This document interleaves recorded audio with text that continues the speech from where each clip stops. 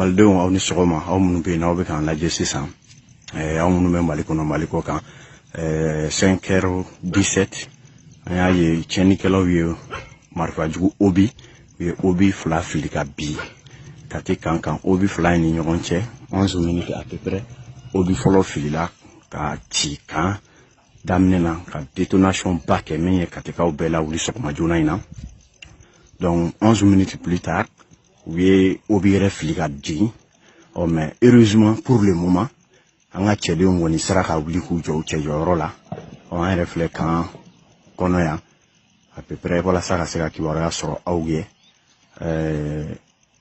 tiriw kɔni bɛ senna kabi 5h17 fo ka na bila nin wagati na sisan 6h02 marifa kan dɔ sumana sisan mais tiri bɛ ka kɛ dɔɔni dɔɔni i b'a sɔrɔ 10 minutes 11 minutes bɛ don tiriw ni ɲɔgɔn cɛ a bɛ ka suma dɔɔni k'a bɔ gidigidiw na a bɛ ka kɛ prêt dɔɔni dɔɔni donc pour le moment président Assimi problème foyi tɛ ale ka niveau la parce que yen yɔrɔ bɛɛ kɔni quadrillelen don cɛdenw bɛ k'u jɔ u jɔyɔrɔ la mais min ye dugumana fan ye mɔgɔ ninnu kɔni mugu ci daminɛ yanni ka dugu jɛ donc sisan kɔni katika caman b'a ka so nka an kɔni ma fɛn ye jusque là min b'a jira k'a fɔ ko dadigi kɛlen don kan na an ɲɛ t'o foyi la mais an ka sɔrɔdasiw bɛɛ bɔlen don ka bila en place sisi bɛ ka yɛlɛ i n'a fɔ aw yɛrɛ ɲɛ b'a la cogo min na nka an ka Mali faama foyi tɛ gɛlɛya bɛ min da la ko in na pour le moment mɔgɔw bɛ ka ɲini k'a dɔn yala attaque djihadiste walima mun fɛn don o kɔni ɲinini bɛ sen na ni min bɔr'o la sɔɔni an bɛ malidenw informer Amadou El Konare.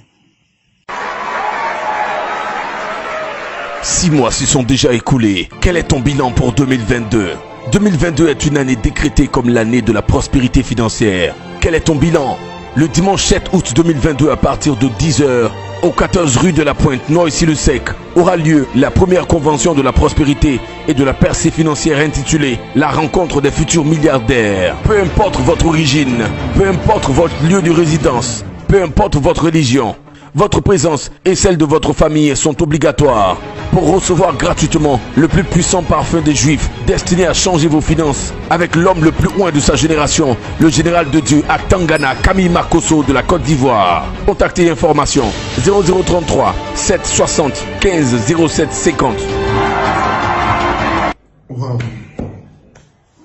Mes chers amis, mes chers peuples africains, mes chers frères maliens, ivoiriens, voici ce qui se passe au Mali depuis 2 jours.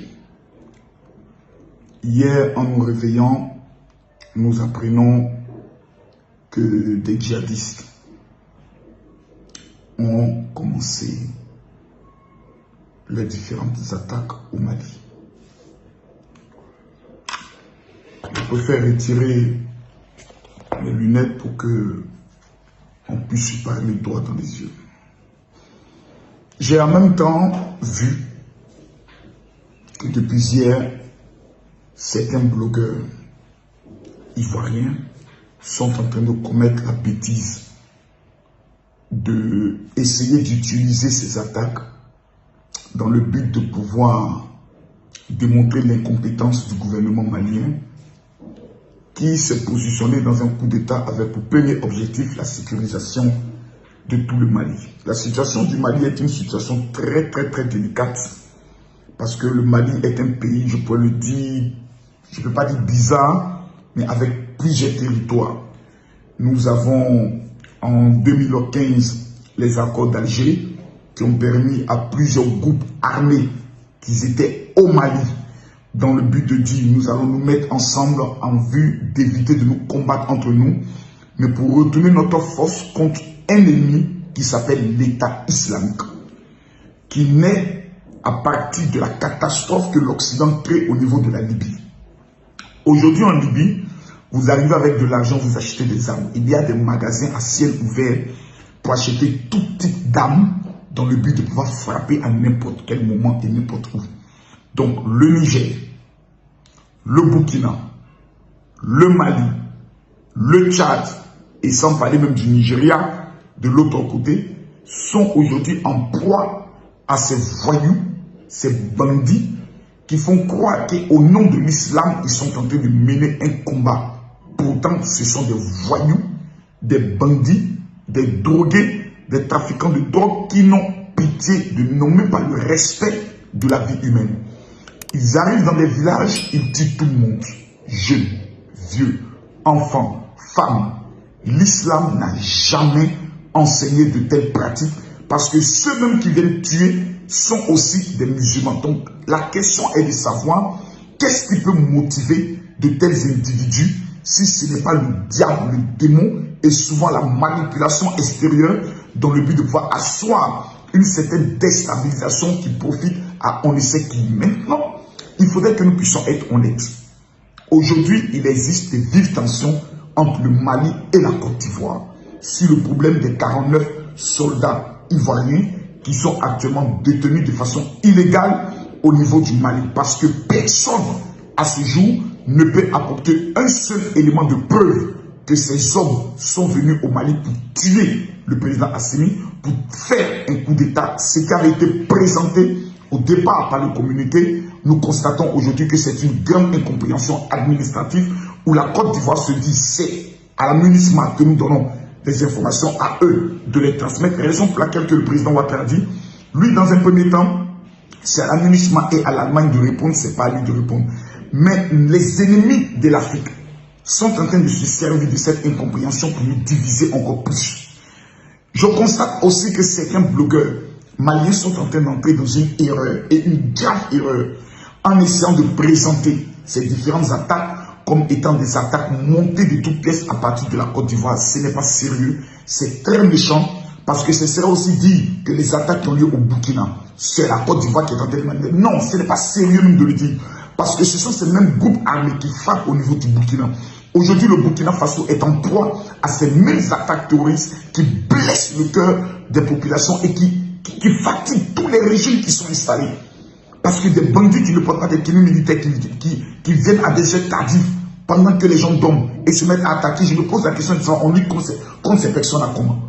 On lutte contre ces personnes comment? S'il n'y a pas de primes qui sont lancées en place, si l'État malien, l'État burkinabé ne met pas en place des primes de 500 000 francs pour des informations concrètes sur l'emplacement de ces terroristes, vous allez constater que même leurs familles seraient prêtes à vendre ces personnes. C'est très méchant. Et j'aimerais dire au peuple malien, face à cette situation, nous sommes avec vous. Et ça, il faudrait que ce soit clair. Pourquoi je le dis? Parce que si le Mali tombe, si le Burkina tombe, si le Niger tombe, la Côte d'Ivoire tombera, le Ghana sera frappé, le Togo sera frappé, le Bénin sera frappé, le Nigeria sera frappé, et on va monter ensuite au Cameroun et autres. Si les islamistes terroristes réussissent au niveau du Mali, Boko Haram au niveau du Nigeria prendra une force. Et vous allez constater que toutes ces cellules dormantes commenceront à frapper. Raison pour laquelle nous devons être un dans la prière vis-à-vis du Mali, vis-à-vis du Niger et surtout vis-à-vis du Burkina Faso, qui aussi traverse ces moments difficiles dont le nouveau régime qui est mis en place a mis pour priorité lutter contre le terrorisme. Mesdames, Mesdemoiselles et Messieurs, ce n'est pas l'heure, le moment de nous diviser. Ce qui est un peu dommage, c'est que la majorité de toutes les vidéos au niveau du Mali se font en Bambara. Donc, le Gabonais ne sait pas ce qui se passe.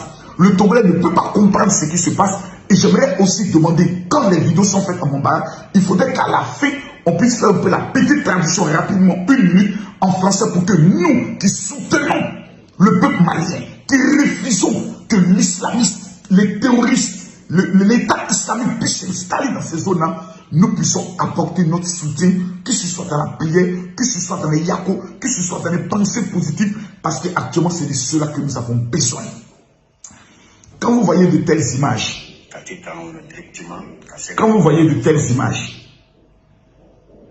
avec ces fumées noires, ça me rappelle la Côte d'Ivoire. En 2011, nous avons vécu cela ici.